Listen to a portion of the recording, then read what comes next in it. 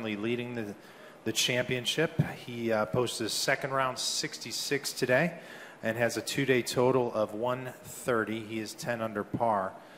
His round today included 4 birdies, an eagle that we will ask him about, and a couple bogeys. So Gary, let's start out.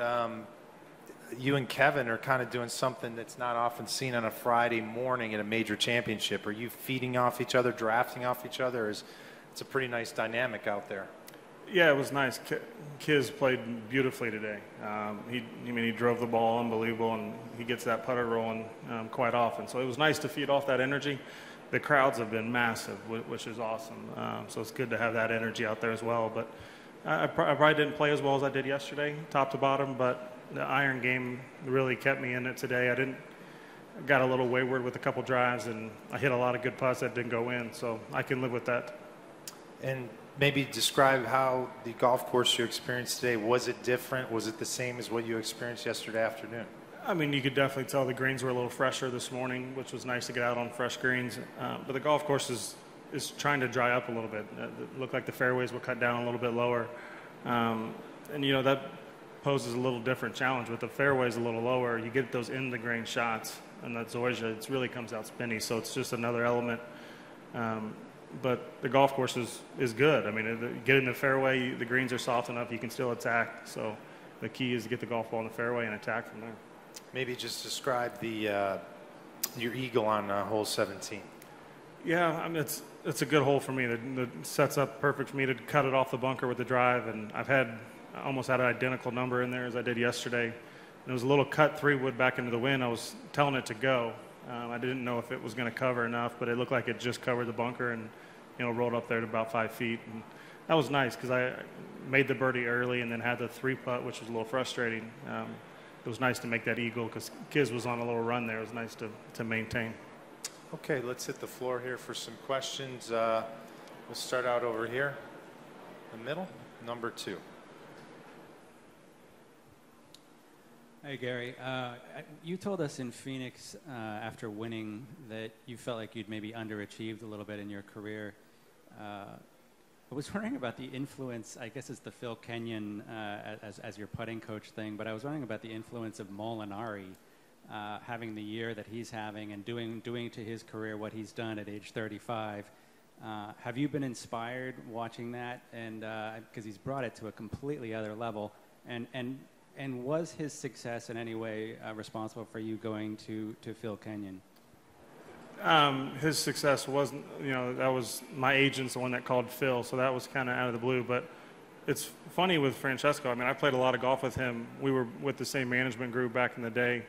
Every time I play with him, he plays unbelievable. So I wasn't surprised. I mean, I'm kind of surprised he hadn't done it earlier than he has. I mean, his game is rock solid from top to bottom. So it's awesome to see. I mean, that final round at the Open was unbelievable. But, for me as a whole, the putting was kind of just the last piece of the puzzle. Butch and I focused so hard this year on driving the golf ball because when I drive it and play, I'm playing a game a lot of guys aren't playing out here, and it's a huge advantage. And once that started to come around, really the putting was the last piece. And when I see putts go in, I'm a completely different player, and especially with as aggressive as I'm playing right now. So it was nice, to get some work in with Phil at the Open, and then, I've had a couple of weeks to work on it, and it feels comfortable. I mean, today I felt like I putted it as good, if not better, than I did yesterday. I just didn't see putts go in, which I can live with hitting good putts. Do we have any over number 1? No? Let's go over here on 2. Gary, you come in now with 2 really good scores, but you can't feel safe with the way things are going out here this week. Is it a strange feeling knowing that you could see a 64, 63 back later this afternoon? No, I feel safe because I feel safe where my game is. And, I'm not too worried about what anybody else is doing out there. The golf course is gettable today, I think. If you drive the golf ball and play, the greens I thought were rolling a little bit better today, maybe a little bit quicker. So, guys, I think we'll see some putts go in. But for me, I'm very happy with where I'm at. I'm comfortable with the way I'm driving the golf ball. My iron game the distance control this week has been phenomenal. And, when I stand over a golf ball putting the way as comfortable as I am right now, I'm pretty excited. We do have a number 1 on the right, please. Congratulations, Gary, on what you've accomplished so far. How would you compare your putting today versus yesterday? You already alluded to it, but how would you compare it today versus yesterday? Today I didn't see putts go in. It was nice to see one. I made a pretty fairly long one there on 8, my 17th hole. I thought I made the one on the last 2 days in a row. I had it right in the dead center. But I hit a lot of good putts. I had a couple lip outs. And if I'm starting the ball on line and hitting solid putts, that's the key for me. I mean, I'm not too worried, like I said yesterday, about the result as much anymore. I've focused. When you're not making putts, it seems like that's all you're thinking about is making putts. Right now, I'm just trying to hit putts solid. And when I do that, it seems like things are coming together pretty quickly. And we're going to go to number 2 straight back here. Yeah, Gary, you said the crowds were big and you fed off the energy of that. Can you elaborate how that might help you? And also just your experience in general in St. Louis this week. Yeah, the crowds are as big as I've seen. I mean, especially they were massive on Monday.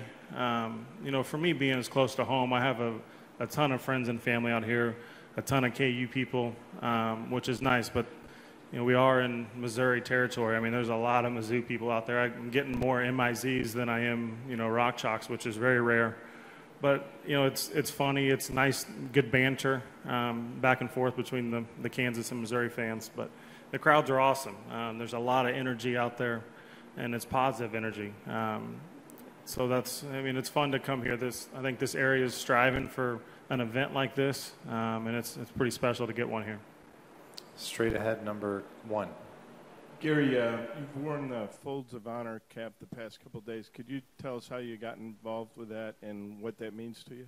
Yeah, it means a lot. Major Dan, who started Folds of Honor, has been a close friend, played golf at the University of Kansas. He married my wife and I. I mean, he's been a really close family friend. And, he got me involved when he started the Folds, almost 10 years ago. And it's pretty special to give back. I'm wearing this Volition line right now with Puma. 13 cents of every shirt sold goes back to Folds of Honor. It's just nice to give back to the military. I mean, those men and women sacrifice so much for us, so we can come out here and play golf and enjoy our dreams. So it's nice to give back, and they hold a special spot in my heart. And it's nice to give back to the military. Number 2.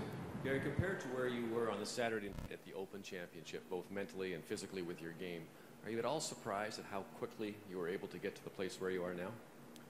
Not really, because I told Phil when I started working with him a little bit, if I start making putts, things are different, because the rest of the game was where I needed it to be.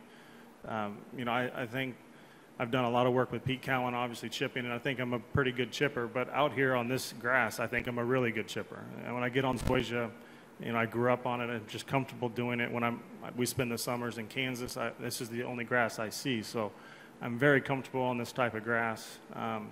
And that allows me to be more aggressive with the iron play. So I'm not surprised, because I knew if I could make putts, everything else comes together pretty quickly. Number 2, straight back. Maybe this is going to take too long, but could you go over your crew and who's here with you this week?